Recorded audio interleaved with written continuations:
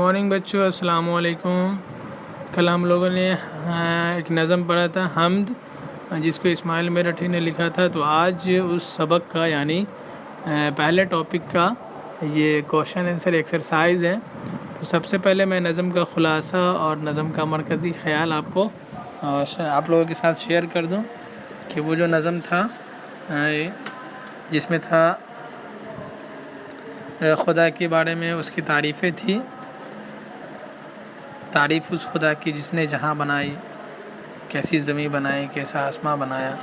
یہ جو نظم آپ نے پڑھا ہے تو اس کا خلاصہ کیا ہے؟ تو دیکھیے آپ کے اسکرین پہ نظر آتا ہوگا کہ اس نظم میں شاعر کہتا ہے کہ میں اس خدا کی تعریف کرتا ہوں جس نے یہ زمین اور آسمان بنائے ہیں، مٹی سے پھل پھول پیدا کیے ہیں، ہمیں سورج کی حرارت سے گرمی اور روشنی دی ہے، اس نے طرح طرح کے پرندے بنائے ہیں جو ہر دم اس کی عظمت کی گیت گاتی۔ عظمت کہتے ہیں بڑائی کی۔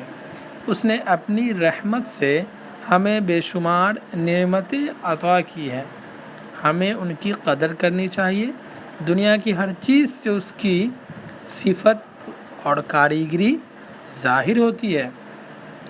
جتنی بھی چیزیں دنیا میں موجود ہیں سارے کے پیچھے کسی نہ کسی کی کاریگری ہے، اور وہ کاریگری کس کی ہے؟ وہ اللہ تبارک و تعالیٰ کی کاریگری ہے۔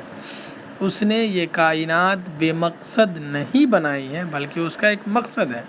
تو اس طرح سے یہ نظم کا خلاصہ تھا۔ اب آئیے کہ اس نظم کا مرکزی خیال کیا تھا، نظم کو پڑھنے کا جو مین تھیم تھا وہ کیا تھا؟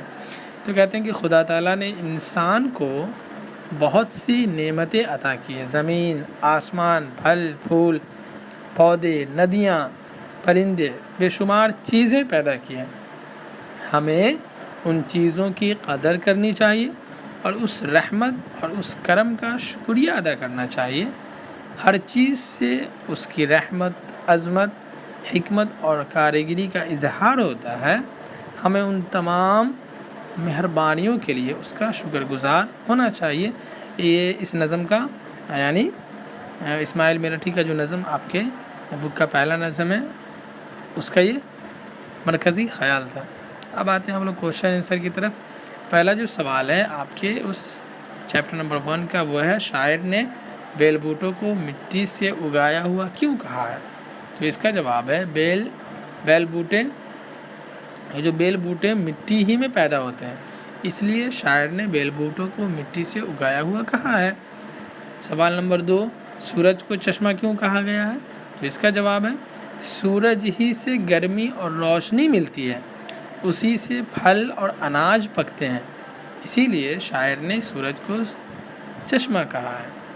پھر تیسرا سوال ہے چڑیا خدا کی تسبیح کیسے کرتی ہے؟ تو اس کا جواب ہے صبح شام پرندے چہچہا کر اس خدائے بزرگ و برتری کی تعریف کرتے ہیں، اسی لیے شاعر نے چڑیوں کو خدا کا تسبیح خواں کہا ہے۔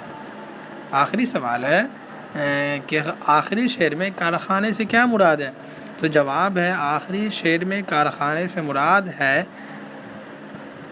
دنیا، یعنی کارخانہ قدرت، یعنی یہ عالم، رنگ بو، یہ حسین اور وسیع کائنات، یہ جو دنیا ہے پورا ہول ورلڈ، یہ سارا کا سارا کس کی کاریگری ہے؟ اللہ تبارک و تعالیٰ کی کاریگری ہے۔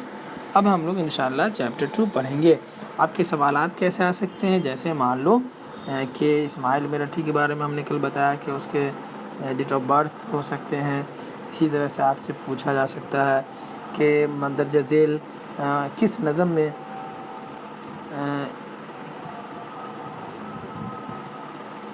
یا یہ پوچھا جا سکتا ہے کہ اسماعیل میرٹھی کی لکھی ہوئی نظم میں بلبلے سے کیا مراد ہے؟ تو آپ بتاؤ گے، اس میں آپشن ہوگا بلبلے سے مراد ہے 2 قومیں، ہندو مسلمان، یا پھر 3 قومیں، یا پھر چڑیا، اس طرح کے آپشنس ہوں گے تو آپ کو بتانا ہے